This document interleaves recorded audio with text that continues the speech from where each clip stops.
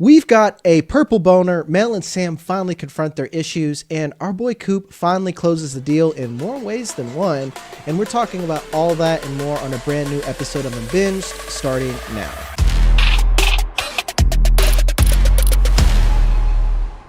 Welcome to Unbinged, the podcast talking about all the shows that you love to binge. It's me, Jagger, and that's Matthew Kopfhamer and Samantha Holt, and we just watched episode 5 of Your Friends and Neighbors. But before we dive into it, Sam, let's get that spoiler warning. This is your one and only spoiler warning for Your Friends and Neighbors, episode 5. If you haven't watched it, go do that and then come back. Yes, go watch it, come back. Go tell your friends, man, because you guys are like really locked in. Apple TV. Yes. Yeah, to watch it. But like everyone's just like, well, what are you watching? Like Apple TV? And they're like, oh, all those shows that everyone talks about that I'll never watch. It's frustrating. So go tell your friends and come watch us. But we got to start with the boat. I know this episode ends on like somewhat of a cliffhanger. I'm not saying it's not important, but this show ultimately is about crime. And Coop, we meet Cricket, who runs the Excelsior account. She's got the biggest fucking boat on the dock, you know, like this whole thing. I hate when people say that shit. And then we get Coop's old nemesis has a whole crash out on the boat.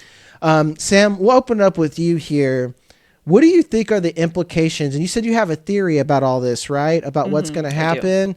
Break that down.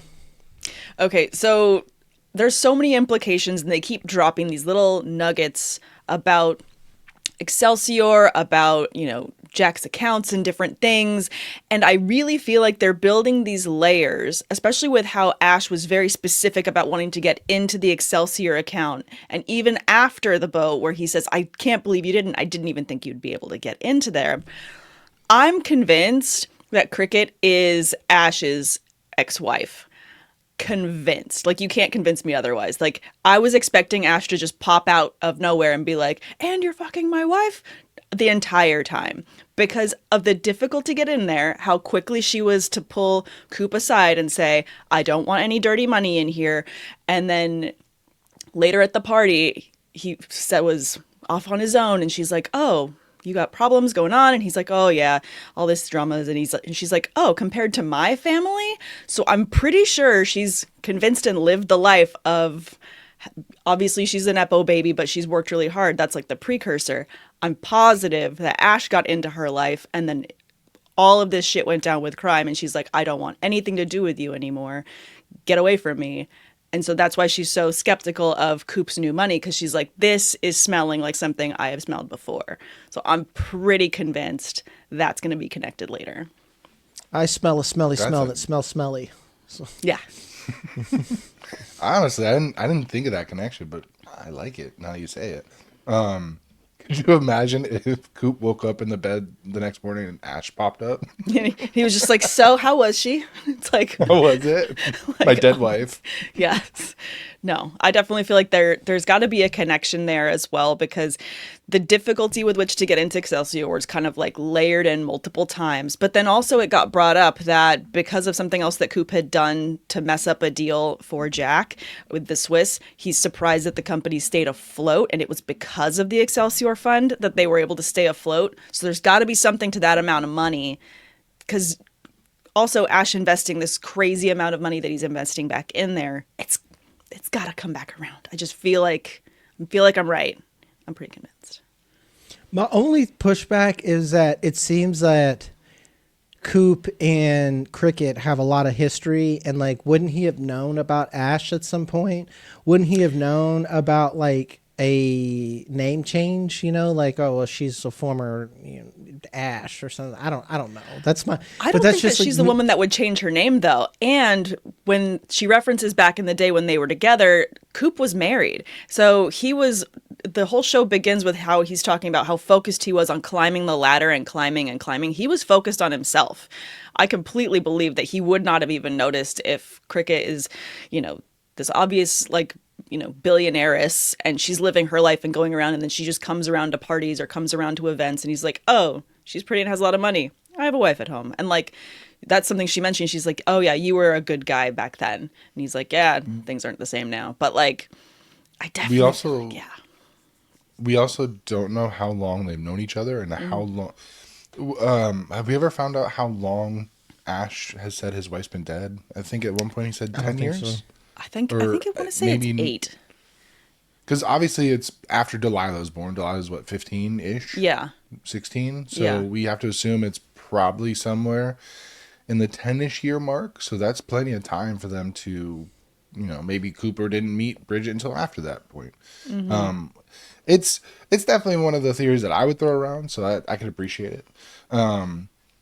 It's interesting that she very specifically brings up, I don't want any hot money in this investment. And I think that is the key scene, the key phrasing for this episode, because that is obviously what Ash's whole deal is this is hot money. This is money that I'm trying to launder through a reputable source and get it back clean so I can then use it for more crime.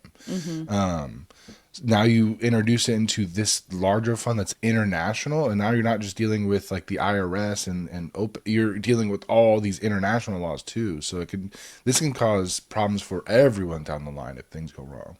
Yep. Yeah, because I was confused at first because I thought she was just like, hey, I know what you're doing, motherfucker. So, like, not up in here. I'm like, oh, she knows? It's like, it really is a small community of, like, crime peddling billionaires. And then it came back to, like, oh, I'm like your boss's boss, like she's the type of money that if you see her, it's probably a problem, That's, Don't fuck with her nut.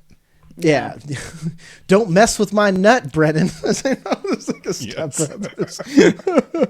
Yeah. I'm very interested in that fallout. And then we have more to talk about with Nick, because that's some other things where like Owen Ash is like a cancer that's just kind of spreading throughout all of this stuff, and we'll talk about that. But before we go any further, make sure to hit that like and subscribe button. More importantly, you need to join our premium bingers. We just covered the first 3 episodes of Euphoria. From here on until we get to the finale, that's going to be for our premium bingers only. So if you want to watch the full season with us, make sure to join. And we're going to have more special stuff for you. And this isn't us just saying that, hey, you need to pay to come see us, because all we're doing is just providing you with more content. We're going to still have plenty of stuff like The Boys and movies for everyone in the future. We just want to hang out with you a whole lot longer. So make sure to hit like and subscribe. And if you want full access to all of our content, join those premium bingers. And then give us your opinion. Tell us what you're watching down below in our comments. Shout out to a lot of our members that we have here. I can't read that right now. I will do a better job next time, guys. I am getting new contacts, but I love you and I'm done paying bills. So we're going to go to Nick's housewarming party where Jagger's refusal to wear glasses. yeah, dude, I try to read for you guys at home, like we literally like screenshot all of our premium members because we want to show you that we appreciate you. We actually do look at you, but that screen is too far for me and I need glasses. I physically cannot see it. It's just so love you guys. This is why Alfredo does this part normally. Nick's housewarming party, man. I feel bad for Nick because he is right. He is right. Where he needs to make his nut, and you do have that window where you could become Tony Romo, Steve Smith, or you're like Emmett Smith, and that's fine if you want to be that way, but he still wants to be in the limelight. He wants to make even more money, especially he brought up that his career was cut short, which, Sam, you get sports as well. A lot of these guys want that last contract because that's the big one that they're going to be making investments in. If his was cut short, he probably didn't invest super well, so he's trying to recoup a lot of that now. Enter Barney, who's been slowly imploding since the first episode of this entire series.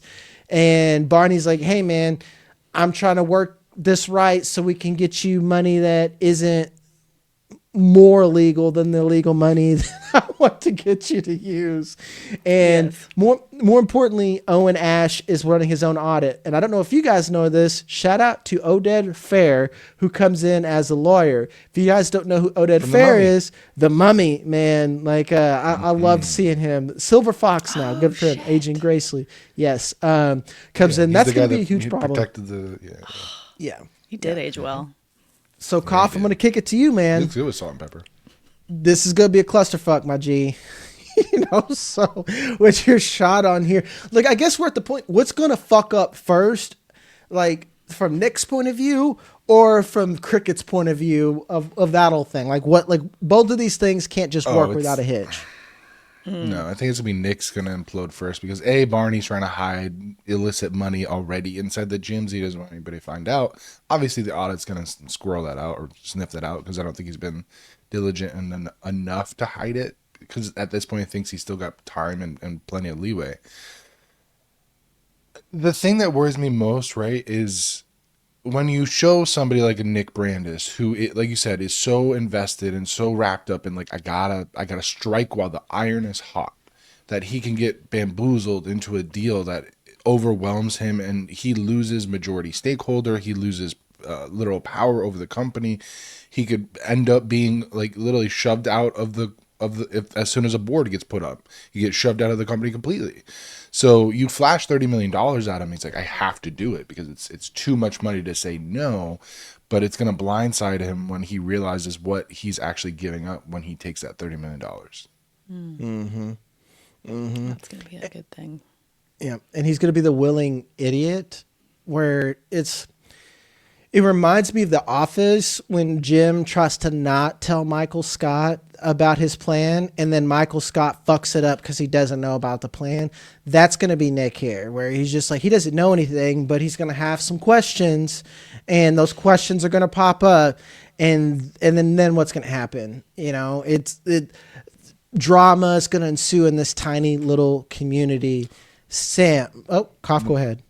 Sorry, one more thing I just thought of. What if he fires Barney? I didn't think about that possibility. There's a reality where he just fires Barney outright, and now Coop, Barney, and Elena all lose their money, lose the money that they put into this, and they can't access it. And Nick has no idea because he was never a part of it. Mm-hmm. They're like, hey, man, I need you to take this $1 million. She's like, why? I was like, I love you. I need it. See, I think it's more likely that Ash and his team they're going to figure it out that Barney has got money the way that he does, and he's going to tie the noose around Barney and Elena because he's going to be like, oh, this is where you're putting your money, Coop. Okay, well, that's fine. Because if, Ash's team has worked with him as long as they have and they're as good as they are, they're used to seeing these things. And they're going to be like, they're doing this.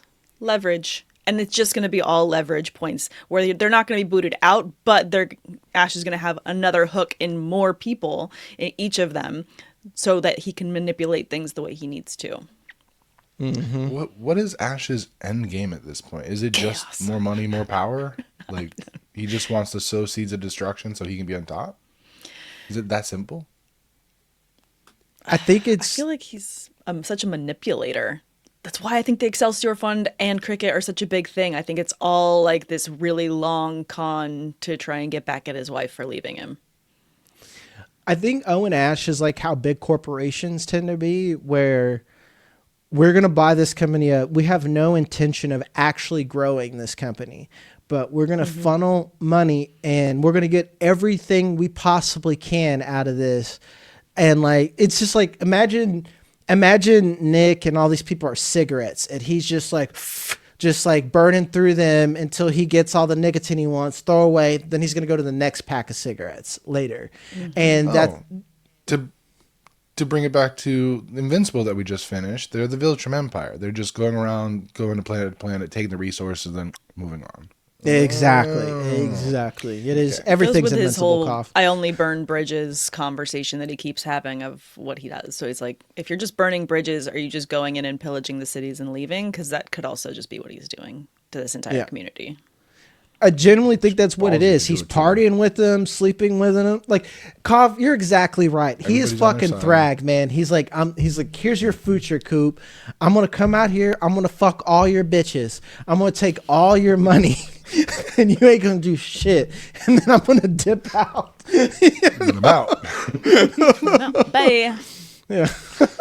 It is interesting though that like one of the things that Ash has done, like first is get Sam reintegrated into this high society. Like, yeah, she's beautiful and she's single, but like, I wonder what his ulterior motive is with that.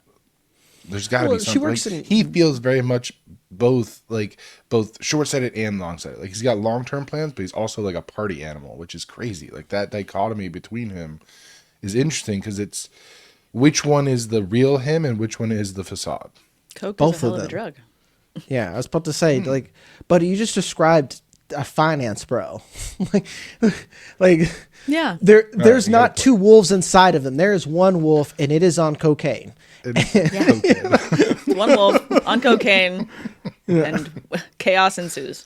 Yeah, I guess I'm trying to think of it like a Batman type, where it's like, okay, he's shown the philandering philanthropist side. Now, where's the Batman side? Nah, he's a Joker, just with a little bit more, like a little bit more, I guess, socially acceptable because he doesn't dress in purple and shit like that. But like it even brings to the point where he like parties with these people hard. He doesn't give a fuck. He's like, oh, you got work in the morning? Here's a bump, you know. Cough, I love your notes in this where he's like, is that Rachel Nichols? I was like, hell yeah, that's Rachel Nichols. Like if you don't know who Rachel Nichols is, I don't know what you're doing, bub. That's one of the most attractive women on the planet. Bro. You know, ball knower. ESPN in the mid 2010s, glory days. Rachel Nichols now and forever. I mean, now, of course. Yeah.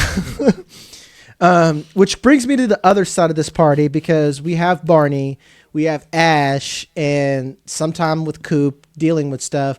This was a huge Mel-centric episode, so I want to shift to her. I'm going to jump in here, guys. I think both of these women are wrong. I don't think Mel, she needs to get the fuck over Sam fucking her husband. You fucked Nick and left him. Sorry that you stopped playing with your toy and someone else picked it up. Get over it. You can't be mad about that. She can be mad about, like, you're going to fuck over my family for $20 million. There's no coming back from that. Like, and I guess I'm not a part of high society. You know, I'm just now part of the society who has health insurance, let alone up there where they are. Like, go get new friends. I just don't get it. Like, I don't get how Sam is being weird. Like, you will accept my apology. Men try to do that shit, and it's wrong. And, like, Sam's going to come here and, like, you need, like, we were friends. Sam, you tried to plot a murder. What the fuck are we doing? It's nuts. So, with that said, I'm going to kick it to our Sam, who wouldn't plot a murder. How do you feel about this relationship? Actually, you would plot a murder, just not on you. I wouldn't put it. So, it's like, I wouldn't put it past her. Yeah, the fact that you would plot a murder is one of the reasons I like you, but I just know you wouldn't do that shit to me. Because we can't discuss it. That makes it premeditated. You're right. These are all hypotheticals. This is just for fun, guys. Ha ha ha. No, okay. Entertainment purposes only. I agree. I feel like both women are wrong in this scenario. And I think that Mel's inability to have the mirror to look at herself and her decisions, again, going back to the things with Nick and everything she did in the past, and she, you know, imploded her own marriage too. Like, you can, and, you know, Coop constantly being like, I'm here for you. Like, he's very, very aware to the fact that, like, he was also part of the problem of their divorce and of their marriage. So I feel like he's been quicker to accept his faults. I think because he has so many, he's been faced with the facts that he has to address them. And then when you look at Mel, she's just refusing to admit all the choices and decisions she's made to put herself in the situation she did. Like, even with, you know, going down to, like, you know, giving the shit to your neighbor. Like, that's something I totally would have done. But, like, understanding that, like, your choices and actions have consequences, and this is what happens. And as much as she's refusing to see that, it's reflected in how she keeps telling her daughter, your choices have consequences. And it's just, and that's what her daughter's been doing to her, is like, excuse me, look at yourself. I don't want to be you. So of course her daughter's, you know, we're not going to talk about Tori right now, but, like, she's making her own choices and decisions that are poor. You've just got this woman who can't recognize those things, and she's frustrated because of all the hormones shifting, and she's going into perimenopause and all of these other things, and it's just all of these heightened moments in this. And I was really glad that she just said it outright to Sam, like, you tried to fuck over my family for a payout. Like, that's just the baseline of why I can't forgive you. Everything else, sure, there's other things that I could look at myself and like I can understand and try to forgive. At the bottom line, you wanted money for tanking my entire family. And that's why I think that Sam is completely wrong for begging for forgiveness. Yes. Because, like, I'm sorry, when you look at a list of the bad things that everybody's done, that's like the worst one. Number one.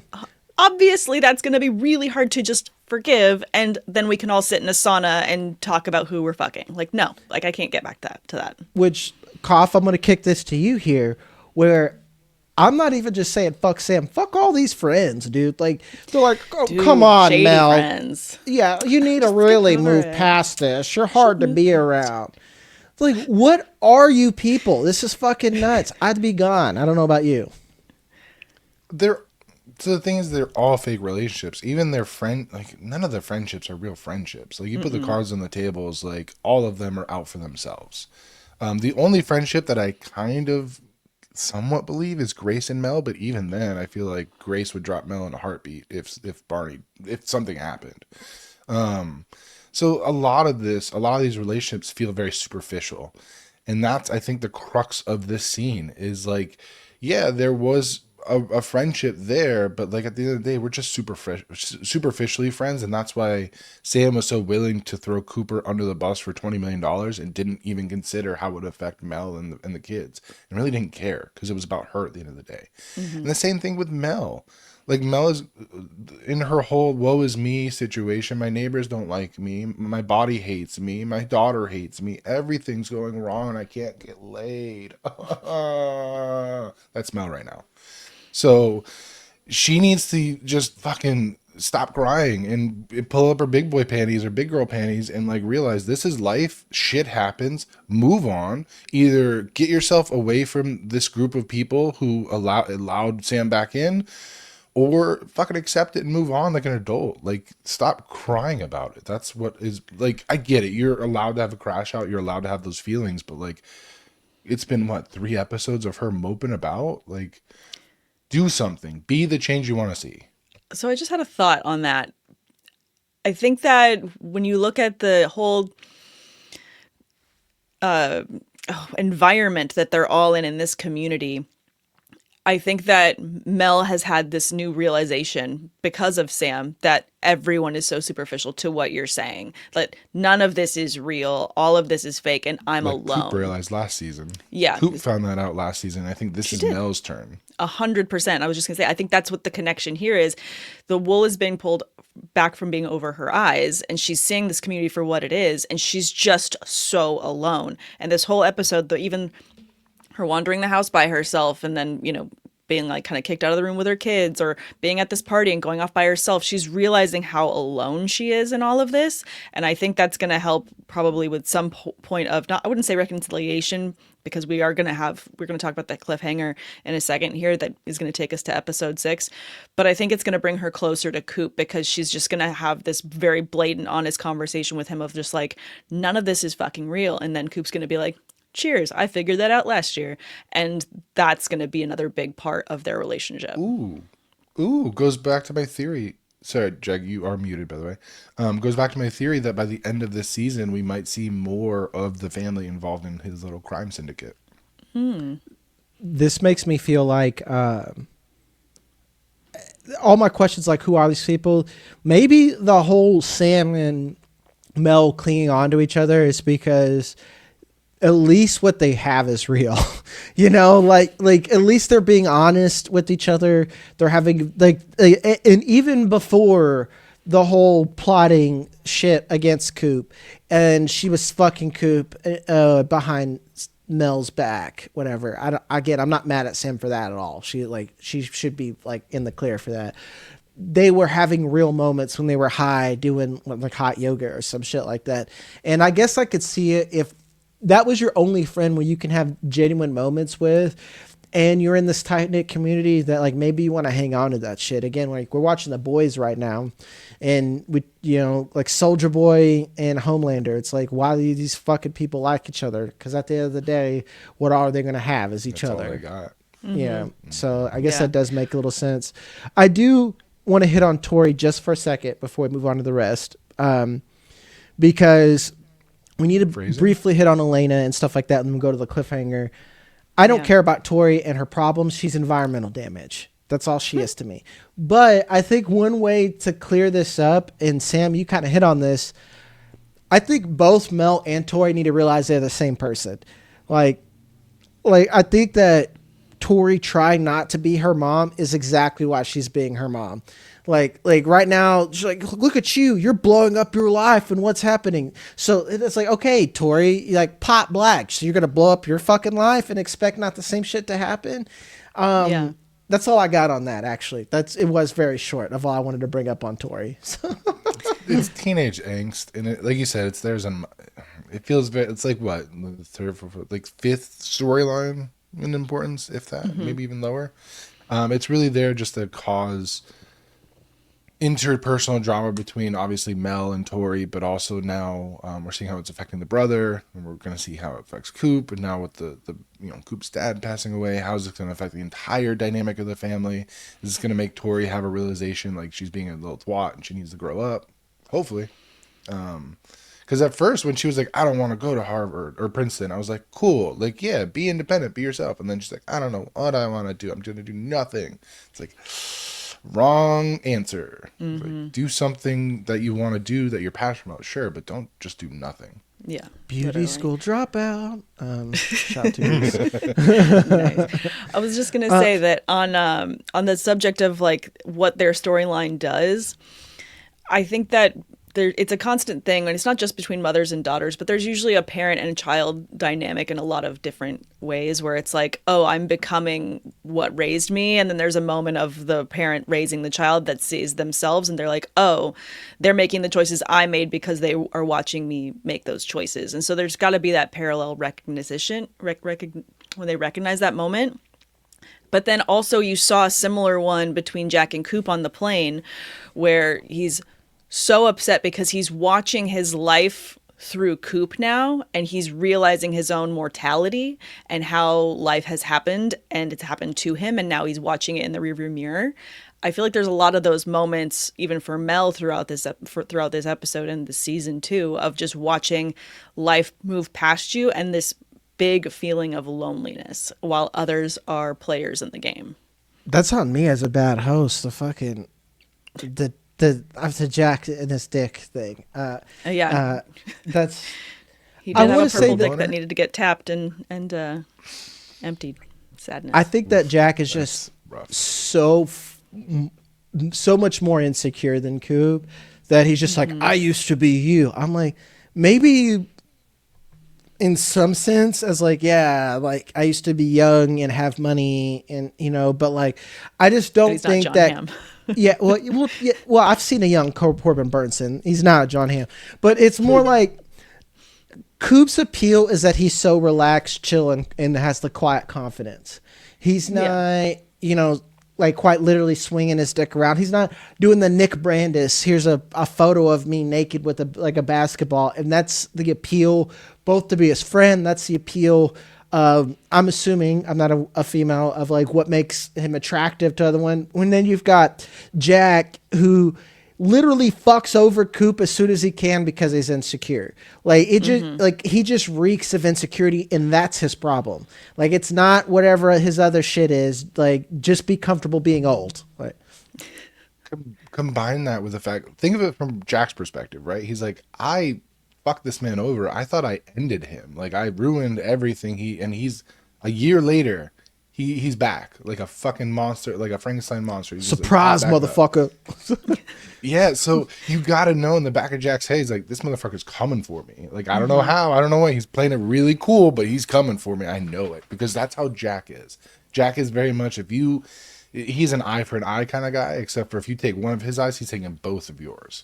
So Jack has that mentality of like, when is my time coming and when is Cooper going to get revenge? And that's, I think, was really smart of them not having Jack bring it up, but Cricket bring it up. Like, when are you going to come after him? It's like, I already got my revenge. And it's like, I don't he did. That. He stole his painting. That was the whole thing in the beginning where he's just like, we No, I'm saying we as the audience understand that, but from Cricket's perspective, she's like, I don't know if you really did. Like, I would still be apprehensive, be like, you're playing it too cool. Like, I think you have something up your sleeve.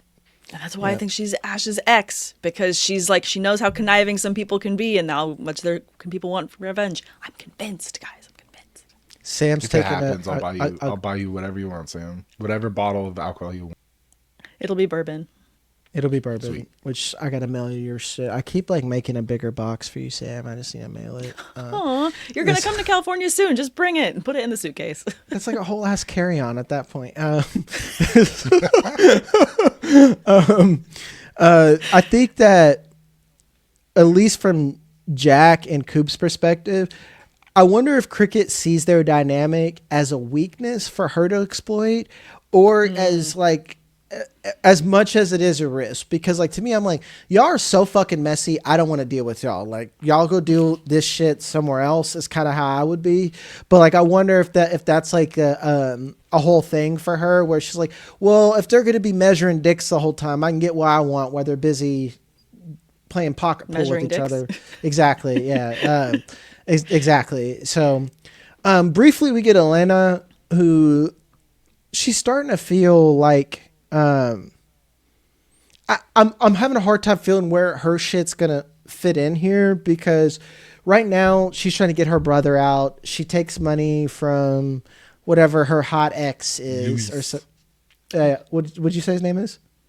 Louis or Luis? Luis. Yeah, and no strings attached, no interest, no strings attached. 50,000.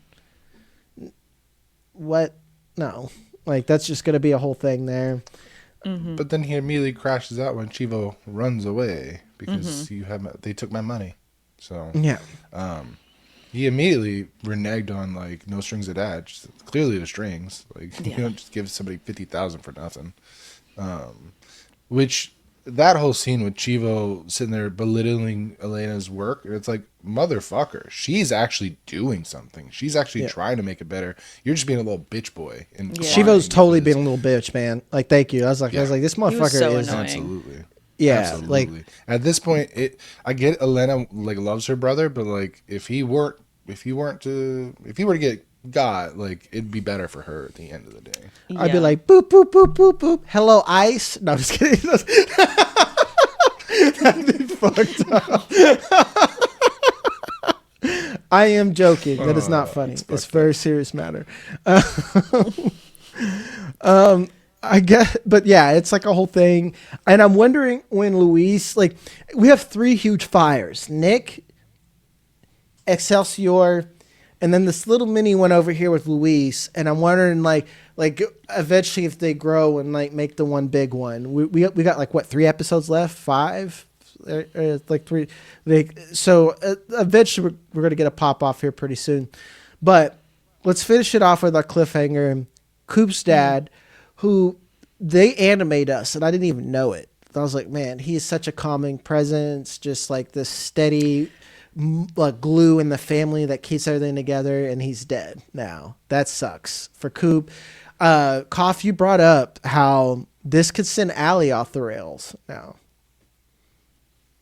Absolutely. I mean, she's been in a really good place for a long time, and she's the type of character, like I've mentioned before, where it's just like she's a ticking time bomb. Like it's going to take something to set her off, and once it does, it's going to get real messy. And I think this is that moment. We see, obviously, like you said, he is a calming presence. He went and supported Allie at her gig and had dinner with Cooper at the same time without the mom, because he knows that the mom is a little bit much for anybody to deal with. So to have that, taken away, that stability just leaves everybody on shaky ground. And for somebody like Allie, who has a history of mental illness and crash outs, this is that, unfortunately, like Trigger. perfect Catalyst. scenario for a crash out. Such a good call out. And that's more environmental damage. Like Coop is like, unfortunately, he's like kind of the opposite of like a lot of the characters that we've seen here lately, where their own mistakes keep throwing them into a spiral, where I feel like Coop's just trying to like get by and like vibe and do his own thing. And then it's just like minus 1 HP, minus 1 HP, minus 1 HP, just like existed because all the people around. And I'm not like trying to blame his sister or his dad for anything, but it's just a lot of burden that I feel like he carries, holding everything down when your daughter's doing shit like this. Your ex-wife. Actually, his ex-wife kind of caused all the things. Him and Jack and his ex-wife kind of caused all the things that happened with him, like the divorce and then Jack pulling the rug out from underneath him.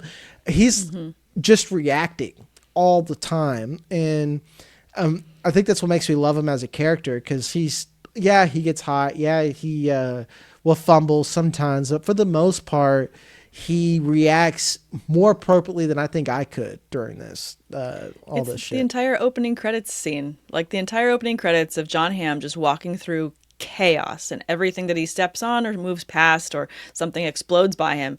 That's the entire show of him just being, I'm John Hamm going through chaos, and everything is chaotic around me. Some things I cause, some things happen to me, but it's just chaos. Exactly. Which I think is a good end point. As always, hit that like and subscribe button. Make sure to join Premium Bingers if you want to have full access to our content. As always, it's me, Jagger. That's Matthew Kopfhamer and Samantha Holt. Love you guys, and we'll see you next time.